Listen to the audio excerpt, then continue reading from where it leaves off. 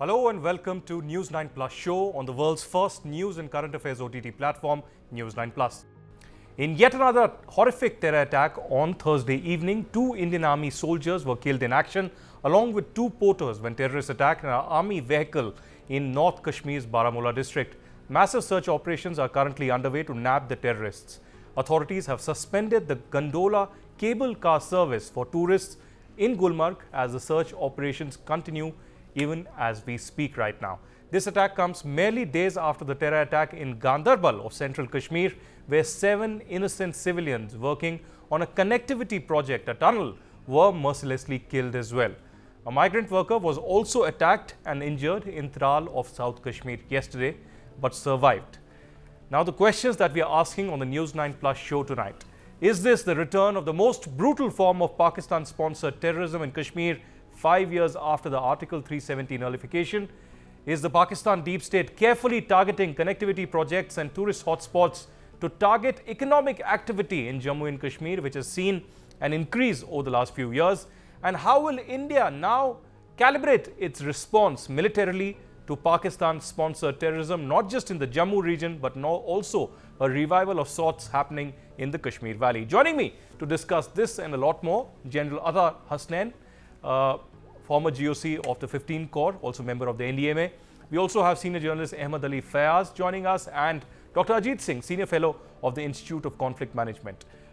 If I can begin by asking General Hasnain, so if I can, understand from you, what is really happening in the Kashmir Valley? We have been speaking about the return of peace, a return of calm, a kind of a suffocation for the terrorists really, but they seem to be now targeting connectivity projects, tourist hotspots. In fact, now we know that gondola service has been temporarily suspended. You, as someone who can perhaps, walk in Baramulla with his closed eyes and, treat Baramulla as his second home, how do you see this development, sir? Thank you, Aditya. A very, very pertinent question. Let me try and explain this. You see, over the last 5 years, Government of India, the Indian security forces, the government of Jammu and Kashmir have all worked in very close consonance with each other and brought the situation to a near normalcy.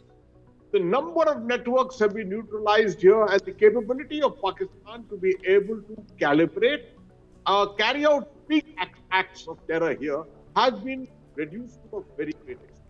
However, at no stage can we ever claim that a neighboring state got a boundary with us, a very porous boundary to that matter, is going to withdraw its complete capability, its intent, and accept a kind of a defeat. It is going to calibrate further and continue to do these activities. Obviously, they are not in a position to do big acts at the moment. The strength of terrorists is also low. The amount of finances which are comparatively low, and the Government of India, we have been able to make great inroads into people's support. So they decided to go into Jammu, to the Jammu region, which was comparatively weaker, more voids there, as we are aware. Forces had moved out from there to the line of actual control. They exploited this in the past 1.5 years or so. In the month of June, we also spoke, we discussed on your program. Lots of activities were happening in June post the Lok Sabha election. I always said Jammu is a sideshow. They are doing it for the tactical ploy. They're taking our attention there. They are going to come back to Kashmir because that's the center of gravity. That's exactly what they have done post the setting up the Omar Abdullah government. No, they can't do big acts here very easily. The deployment of the Indian Army, the rest of the security forces, is fairly large. And especially the urban centers like Anantnag, Baramulla, Shupian, Srinagar are very, very well held. You will find small actions taking place like the ones we found on the day of the inauguration of the government, the day the election results were given, kidnapping of a TA soldier, the killing of a migrant labor. Yesterday, Tral, again, the killing or attempted killing of a migrant labor. And if they have to target security force facilities, they will hit peripheral areas. And that's exactly what happened. They hit Ganderbal. Now, Ganderbal is a misnomer. They hit actually Zojila, near Zojila. Yeah. That's an infrastructure project there. In fact, that very day on a certain program and my discussions with a lot of people, I said, is going to go back to peripheral areas again. Aditya, if you give me a minute more, I'll just explain. Sure. This is exactly what happened in 2015. Yes. In 2015, the 6th of December, we had an incident at a place called Mohra in the Jhelum Valley on a gun position of the Indian Army. No one would have expected a thing like that happening in the Jhelum. Why did it happen? Because inside Kashmir, the security system was very strong. It is near the line of near the line of control that inroads could be made. Small elements could come in, 2 to 3 men could come in, 1 to 2 nights worth of infiltration, come, strike, and perhaps get back. Now, on yesterday's incident in Gulmarg, this is in a place called Bhuta Patri. Since I've commanded this division, I can relate to it so much. The place called Bhuta Patri, this is from 7 kilometers from Gulmarg. There is no threat to the gondola as such.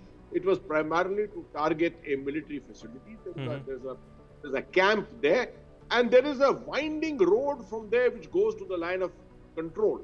Anywhere on that road, a vehicle can be ambushed. So what the army has to do today is to make sure that all its logistics movements which go onto the line of control have to be done in a tactical manner with full security. Now that is imposing a lot of caution on yourself in a situation where you were at liberty to move around and do what you wish. But I'm glad that they have taken precautions on the gondola and things like that. We do not want things like tourist facilities, etc. being targeted. We are in the month of October. This is a tourist season, October, November. We want Kashmir to be full of tourists at this time. And that's what the people on the deep state on the other side do not want. Absolutely. Very well explained there by General Hasnain as to how things have progressed. The main target for the Pakistani terrorists really seems to be Kashmir, and Jammu perhaps was a sideshow temporarily. Ahmed Ali Fayaz, if I can come to you, a veteran journalist covering Kashmir for decades together. Mr. Fayaz, what is the message of Pakistan really in this entire attack that has taken place? Also, do you think, at least in the last 5 to 6 years, this is perhaps for the first time that such a very carefully planned attack is taking place very close to Gulmarg, in fact, only 12 kilometers from the main tourist spot, where I believe I've been reading a little bit of a dark web where it says that they were planning this for last 3 months. They were carefully studying the pattern of the army convoy movements and doing this. What does this tell you, Mr. Fayaz? Yes, Aditya, this is a fact that this kind of incident has taken place in Kashmir after many, many years. I don't remember when the last incident took place. The big incident, which everybody knows, that was the February 2019, when as many as 40 CRPF men were killed in a Fidain attack at Avantipura. Thereafter, there have been operations and encounters, but all those operations have been initiated by the security forces and the Jammu and Kashmir police, and most of them have been conducted successfully.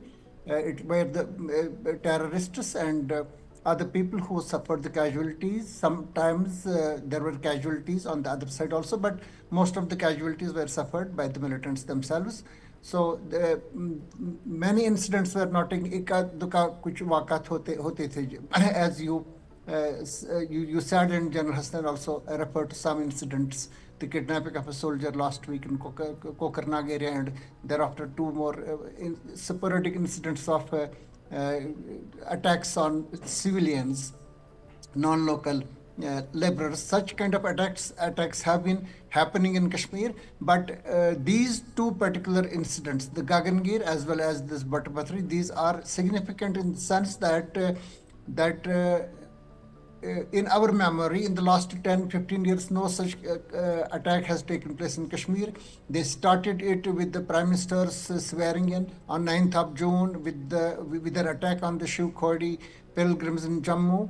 But other incidents were clear attacks on security forces. But in Kashmir, there was no such attack. Only 2 incidents have taken place in the last 2 years. That was one in Kulgam and one in Kokarnag. And we believe that they were ambushes, but not this type of attacks. These are, we call it Jammu type attacks, because such kind of attacks have taken place. Over a dozen of such attacks in the Rajouri and Poonch districts, I think a couple of them in other places also. So this is a new signal. It has been clearly communicated that we are very much here and we can start it anytime. But I'm sure that unlike in Jammu, where We have noticed that there is not a very high standard of contact liaison between the security forces and the civilian population there. It's in Kashmir, it is excellent. I can tell you that the security forces who are in search of the terrorists who carried out yesterday's attack at Bhatpatri, I'm sure about it, that they will get them. Right. In spite of the fact that this is an area very close to the LOC, I have been to the area. General Hasnain has been there many times. He has headed a division. So I have been there last year also. So this road, this 12-kilometer road, which leads from Gulmarg Baul to the high altitude warfare school to Bhatpatri, it is, as General Hassan said, it can be attacked, it can be ambushed anywhere. So, but for a common man, this road, the Tangmarg, Gulmarg, 13-kilometer roads, it has become now vulnerable because many people will think twice before traveling on those, Right. particularly the people who have security risks, and also the tourists. And both these incidents, Gagangir as well as Bhatpatri, have taken place in close proximity, in close vicinity of two major tourist hubs in Kashmir. This is something very disturbing and very surprising. Well, absolutely, it's disturbing, and certainly the concerns that you have for the tourists, especially in the last 3 years that Jammu and Kashmir has seen a tourism boom. What kind of an impact will this terror attack have on it? Dr. Ajit Singh, if I can come to you, do you also see a subtle messaging there, from Pakistan and perhaps China as well, with this particular terror attack that is taking place near Gulmarg, also the one that took place in Gagangir in Ganderbal? Carefully chosen targets, connectivity projects, tourist locations. Is the economic activity boom in Jammu and Kashmir certainly something that Pakistan cannot digest? Also, what we saw a few days ago was India opposing the BRI and the CPEC at the SCO meet in Islamabad. We have seen also the Baloch attack taking place on, the Chinese workers, etc., continuously, the latest one just a couple of weeks ago. Do you see some kind of a messaging there against economic activity in J&K, both from Pakistan and Chinese? It may be a reason for that, but if we see the data and the trend, the situation is not as bad as it is being reflected or is being trying to be portrayed. True. Because the overall fatalities in Kashmir is on the downward trend since 2019 onwards, barring 2020 when it increased marginally. In fact, when we are speaking as of now in 2024, only 106 fatalities have taken place. And since 1990, when terrorism peaked in Kashmir, in each year between 1990 to 2007, the fatalities were in 4 digits, and then they started coming down in 3 digits. And in 2012, it came down to 121. It is the lowest ever fatality. And if we get back to this 2024, it is still 106. And in terms of security forces fatalities also, these numbers are low because in 2024, as of now, when we are speaking, around 25 security forces have been killed. Before that, the lowest number of security forces killed were in 2018, and that was around 18 security forces. Though number of civilians have increased, the fatalities have increased this year, but still these numbers are not as high as they were earlier on. So this is the situation. But as far as economic activities are concerned, yes, but these areas have not been targeted for the first time. These areas were targeted earlier also. So to link with this BRI or the Chinese pressure or the economic activities, I don't think it is the only reason, but yes, these days the form of terrorism is changing, the tactics are being changed. So this may be one of the reasons also, but to see it only in economic terms is not, I don't think is the sole reason. But yes, the situation in Kashmir is not as grim or as bad as it is being portrayed. The main reason what I feel is the change of governance. In fact, the civilian government has been established there, and there may be some pressure on Pakistan and ISI that now that the civilian, because this is the one reason, and after this abrogation of 370 in 2019, there were pressure on Pakistan to create some problem in Kashmir, but the Indian security forces did their best, and Kashmir in fact returned to peace, in spite of having so many, all the pundits saying that Kashmir will burn and Kashmir will go back to the 1990s situation, but it didn't happen.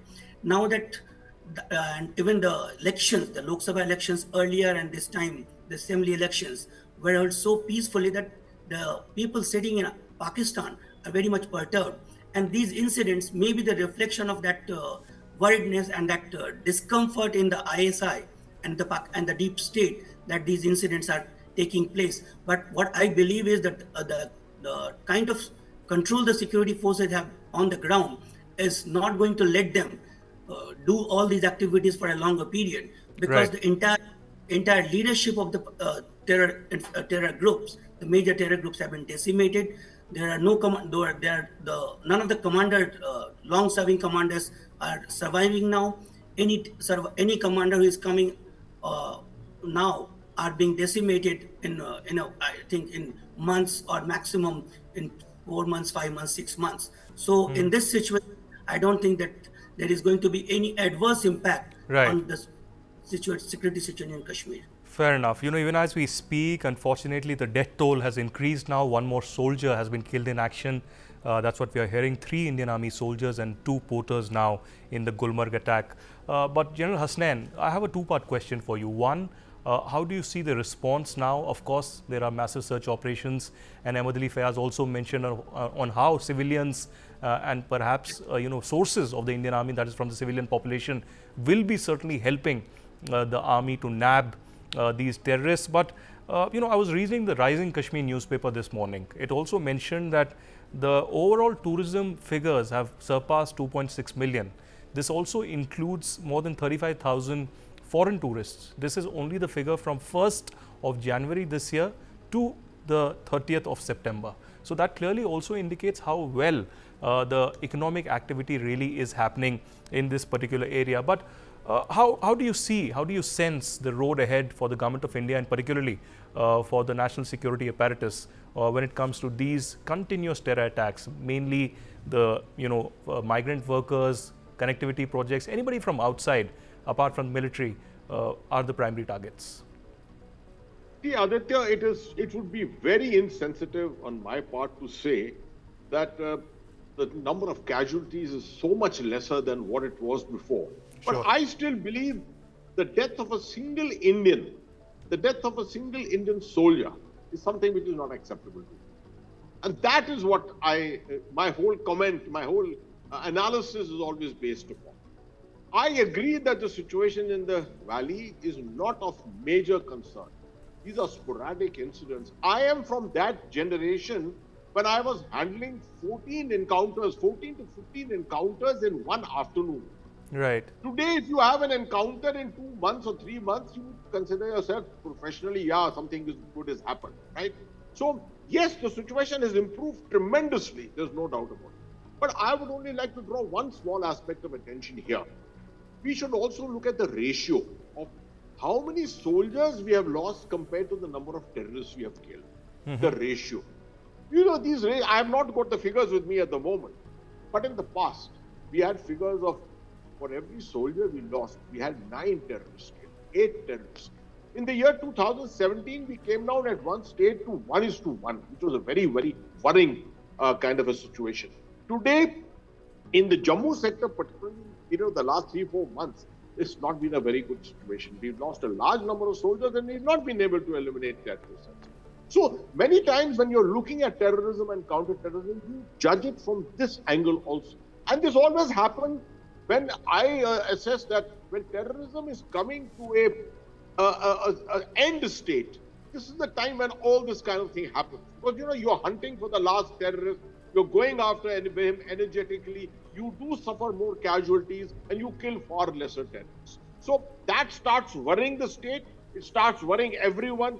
Actually, it should not worry us too much, except for the fact that we do not want any of our loss of any of our soldiers and the loss of our citizens in Kashmir. Having said that, I would say, Gulmarg, first of all, I would disagree that we have not had attacks. We've had attacks, not in Gulmarg as such, but in the vicinity around. And there would be some cases today also where they would try and target these kind of peripheral areas. As I said, these are the kind of areas where deployment is not so heavy. Gulmarg is very well defended. From a conventional angle, extremely well defended. But from a counter-terror angle, I can't remember the last terrorist incident which has happened in Gulmarg. And as such, the attention hasn't really been there. But as we continue to assess the situation today, we will realize that our attention has to keep going to those peripheral areas where the deployments are lesser.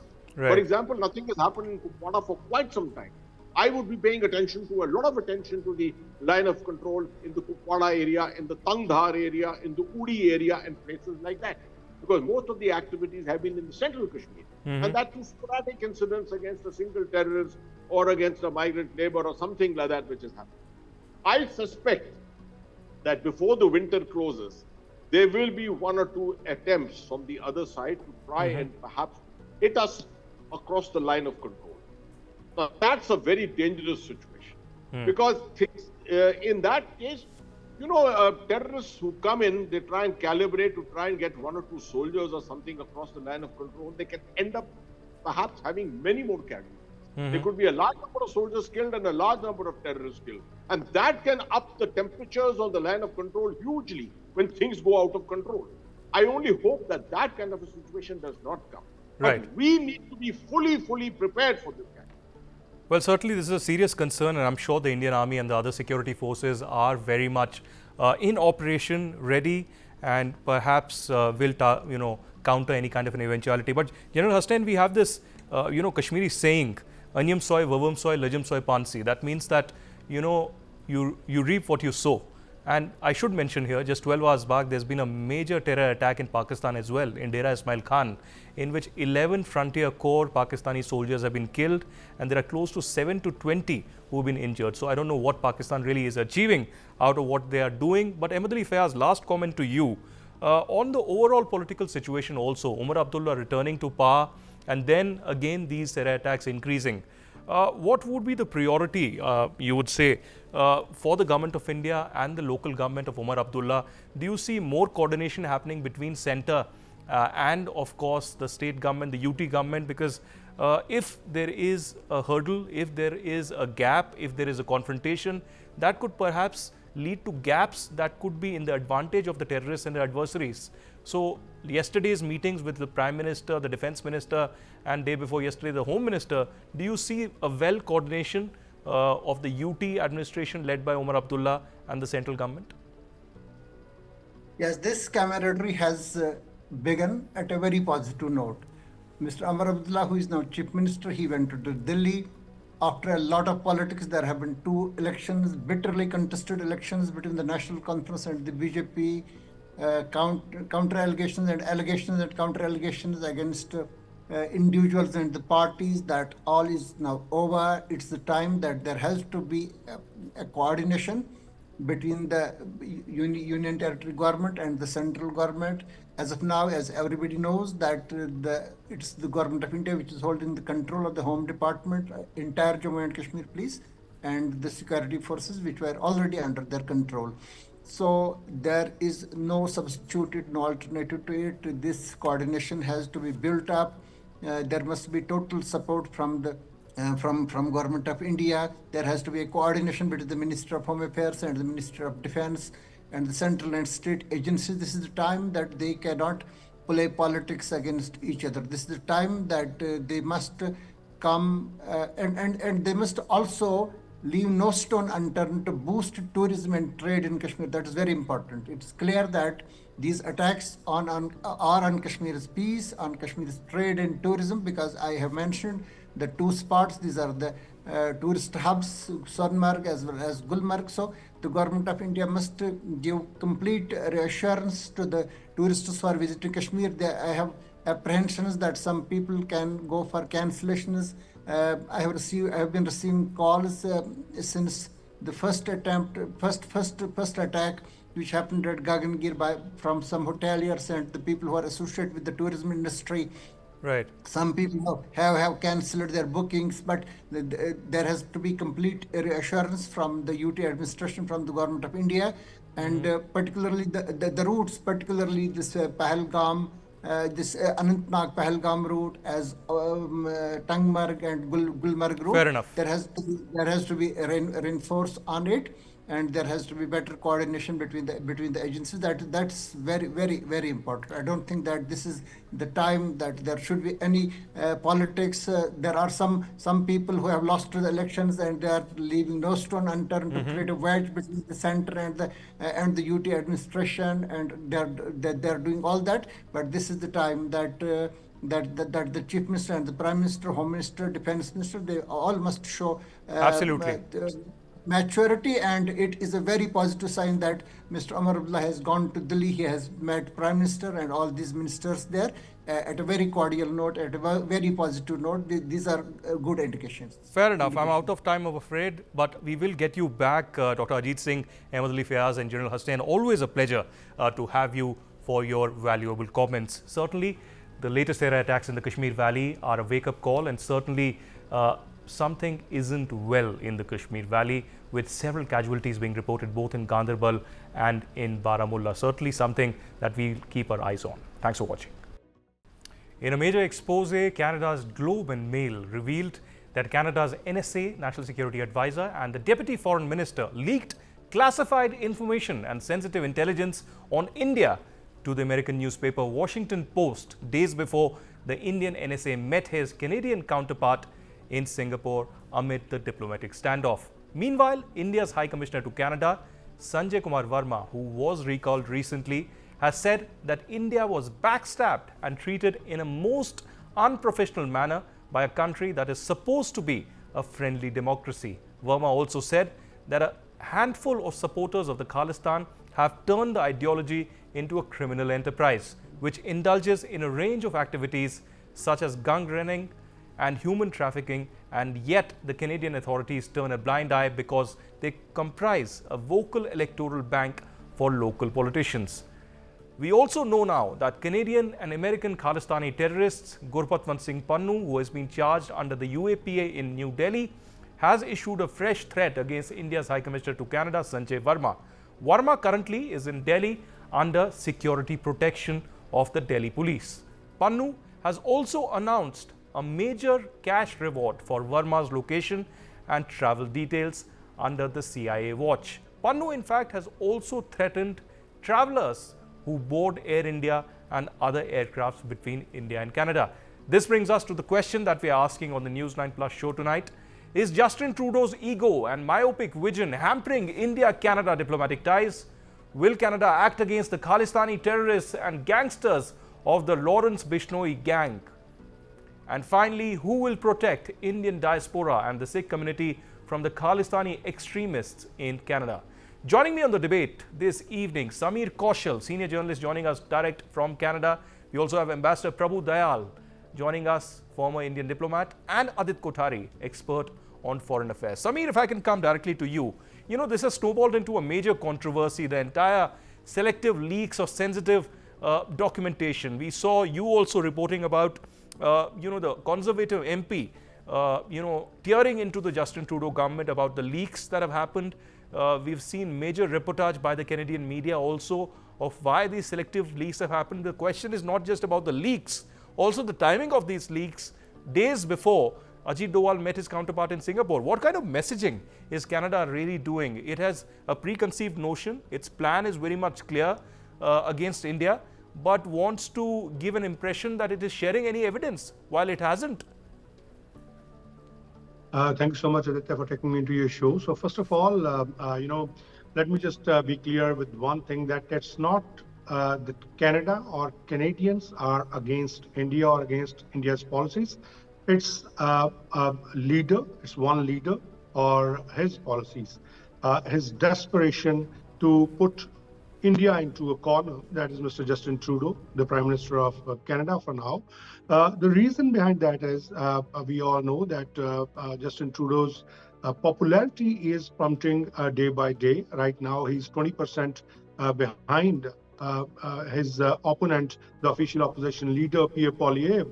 And that's why he's trying to play every trick of the politics to be in limelight, to be in power, though more than 24 of his own MPs, of his own Liberal Party's MPs, are asking him to resign, to step down from the post because of his popularity, and they feel that right now the leader is like an eclipsed politician, which even his shadow can give a very big, you can say, a push to the Liberal Party in the coming elections.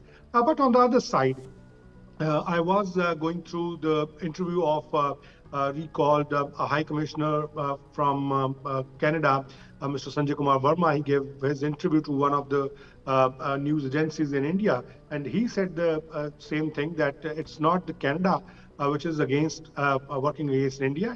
It's one leader or his policies. But let me just tell you the point which you raised, the very important point, that why the secret classified information has been leaked. What was the reason for that? It's not just only you or me who are saying this. It's one of the leading news organization, Global News.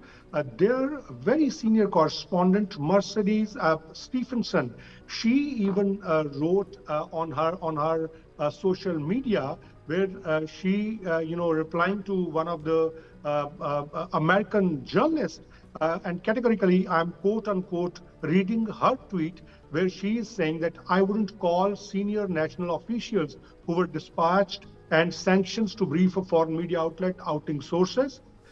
It is outing a double standard. They didn't speak without political authorization or directions, as their jobs aren't at risk. It's political hypocrisy. Even the Canadian media, the media which till now was supporting directly or indirectly, the Liberal government, they are now, pointing that why this leak has been, why there was a leak, and why the information has been given to a selective media. And it's not just only this. The strange thing which Mercedes Stephenson, mentioned over here, which is very, concerning. She said, very frustrating to be told national security that we can't comment, but we can brief media in Washington. Right. While that annoyed me, it's not but of the issue for me. It is about the pressure and persecution.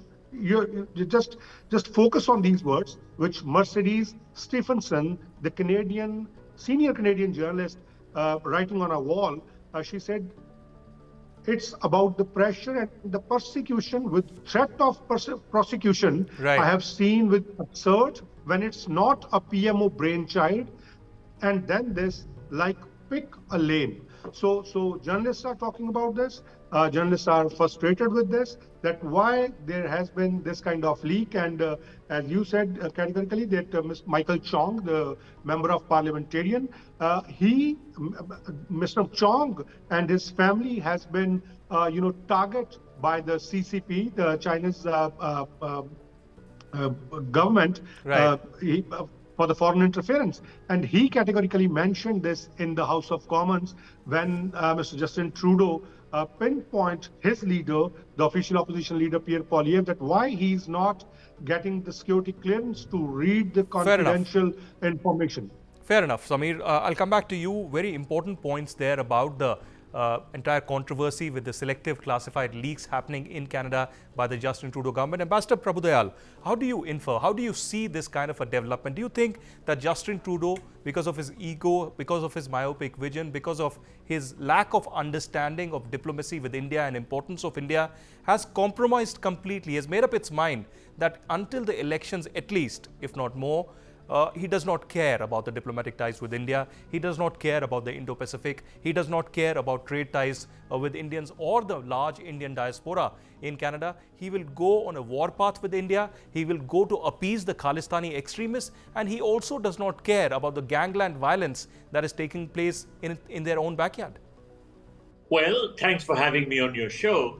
As the previous speaker very rightly pointed out, Justin Trudeau is indulging in vote bank politics and is therefore allowing a wide range of anti-India activities to be carried out by the Khalistan supporters. You referred to the Indian High Commissioner, Mr. Sanjay Verma, who has been recalled and is back in India. Well, Mr. Verma has categorically said that Khalistan extremists are Canada's deep assets and that Justin Trudeau has destroyed Canada's ties with India. Now, opinion polls currently show that Trudeau's popularity is going down and that of his rival, the leader of the Conservative Party, is going up. That is why a number of Liberal Party MPs have written a letter to Trudeau asking him to resign. They know the sort of damage he is doing to Canada and to, of course, Canada's relations with India. Now, let me state categorically that Canada has become a hotbed for anti-India activities by extremist Sikhs. And many extremist Sikhs, including gangsters and terrorists from Punjab, have fled to Canada and they have been granted citizenship by the Canadian government. And these extremist Sikhs are openly calling for the breakup of India and the creation of Khalistan.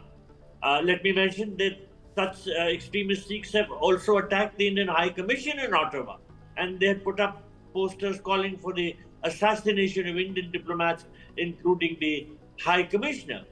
So they are becoming a problem, but Justin Trudeau considers them as his asset because they work for him. They help him to get the support of some people like, for instance, Jagmeet Singh Dhaliwal, who heads the New Democratic Party and had extended outside support to Justin Trudeau because Justin Trudeau was towing his line in regard to the issues which the extremist Sikhs want done for them. That is, they want, of course, to target India. They want to increase their own support base. And this is possible when Sikhs from India are allowed to come in Canada, and there they are indoctrinated by these extremist Khalistan supporters, and they end up getting visas and they become assets of the extremist Sikhs. So there is a big game going on, and Justin Trudeau had become party to it. The Canadians realized it, and I'm afraid that the relations with India are not going to improve as long as Justin Trudeau remains in power. All right, it is a great game, as you say, from Canada. But Adit Kothari, if I can really bring you in at this stage, one thing that was raised by Justin Trudeau at the Foreign Interference Commission was about Lawrence Bishnoi. Even before that, there have been claims that, Lawrence Bishnoi has been allegedly working for the Indian government, etc. But today, we've seen Indian government announce a 10 lakh reward for the information on Anmol Bishnoi, brother of Lawrence Bishnoi. Today, we've seen countrywide raids taking place in India, in which 10 sharpshooters of Lawrence Bishnoi have been arrested. What does this say about India and Canada? Is Lawrence Bishnoi working for the Canadian government led by Justin Trudeau or for the Indian government? Aditya, I don't know where to start from. For the past 3.5, 4 odd years, India has been harping on the fact that the Lawrence Bishnoi gang is a problem, and they have syndicates working within the domain of Canadian politics, and they must be held responsible. So much so, even the RCMP a week or so ago came out stating that yes, the Lawrence Bishnoi gang are possible and potential targets who could have been involved in this particular string of operations. This is something which the Indian government has been harping on for years. And so much so, even Goldie Bra's name, which was not in the RCMP wanted list, but in the sort of civic organization wanted list, which is called BOLO in Canada, in the 10 most wanted list, that was dropped out of absolutely nowhere. Suddenly, his name disappeared. So what does this indicate? It basically indicates that the Canadian polity, the Canadian administration and establishment is very happy to work with criminals. They're very happy to work with thugs. They patronize criminals, which is why the Brother Keepers gang, the Dhaliwals, the Grewals, all operate with absolute impunity without any checks and balances. They perfectly run their drug racketeering, their human trafficking businesses within the Canadian-US borders without any questions being asked. So the Canadian establishment is completely in gloves with these criminal gangs. I am not going to refer to them as Khalistanis because they are criminals at the end of the day. And also the US is 100% complicit there. The one point where I disagree with both Ambassador Dayal and Samir is the fact that we are only pointing our gun towards Justin Trudeau as the problem. I don't think Justin Trudeau is the only problem. I think polity in Canada, the polity in West is generally a problem, who in the garb of human rights, who in the garb of First Amendment, essentially pander to these feral individuals. So much so, apart from a Michael Chong or a Chandra Arya, there haven't been any other politicians in the Canadian Parliament who've come out to say, where is the evidence? Why are you single-handedly, sidelining India? Those kind of pertinent questions are not being asked, and which is absolutely dismal. Even day before yesterday, Tim Uppal, who's the deputy of the Conservative Party, came out in Parliament questioning the foreign interference of India.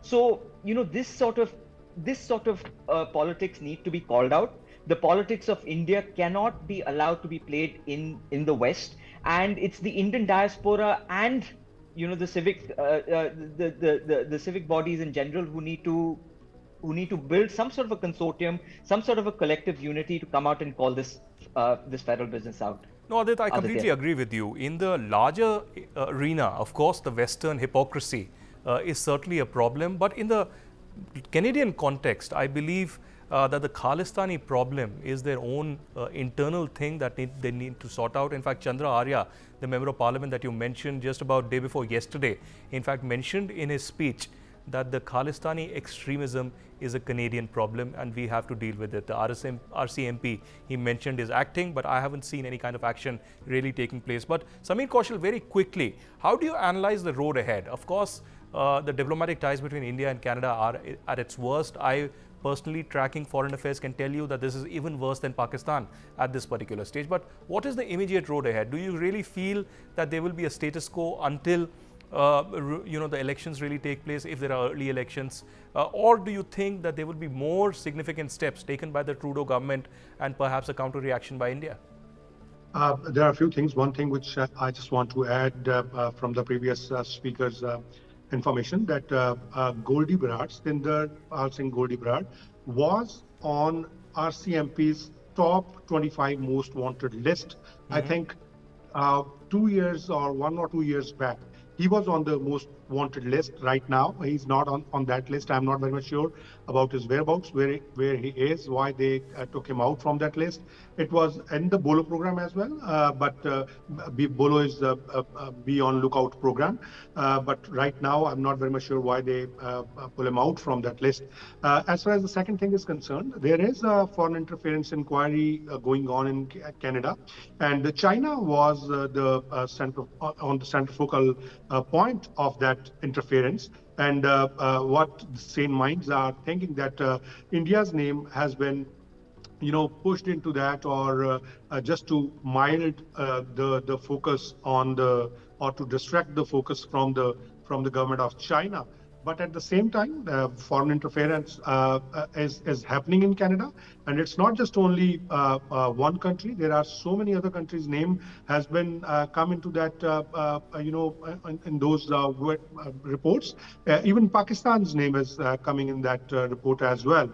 That for different reasons, even Pakistan is playing their part. As far as the question you asked, whether there's going to be any path, yes, even behind the curtains, or even it's not just only Mr. Justin Trudeau who is right now playing all the tricks of the politics. There are certain other leaders, as one of the speaker from this quorum, they said, Jagmeet Singh. He is also in the same team of Justin Trudeau. But on the other hand, Stephen Harper, the former Prime Minister, he and there are certain premiers like Alberta's premier, Saskatchewan's premier, they are into very good relations with India, and they and their teams are usually oftenly visiting Canada. I'm sorry, oftenly visiting India, Right. especially Punjab and certain other places to do business. So there are things happening. There are people to people strong ties. But as far as because it's politics, and we know that Justin Trudeau is trying every trick to just hold his seat. So Canadians are watching all these things, and they will definitely make up their mind that Right. where they want to vote in the next elections. Absolutely. Everybody is looking towards the elections in Canada and what will happen to the Indian and Canada diplomatic ties. At this moment, certainly nobody is really going to go for peace, unfortunately, until there is decisive action against the Khalistani extremists. Ambassador Prabhu Dayal, Adit Kothari and my friend Samir Kaushal, thank you very much for joining us this debate. We'll continue to have you continuously. The Canadian Khalistani problem, terror in its backyard, is certainly going to be a top focus for us here. Thanks for watching.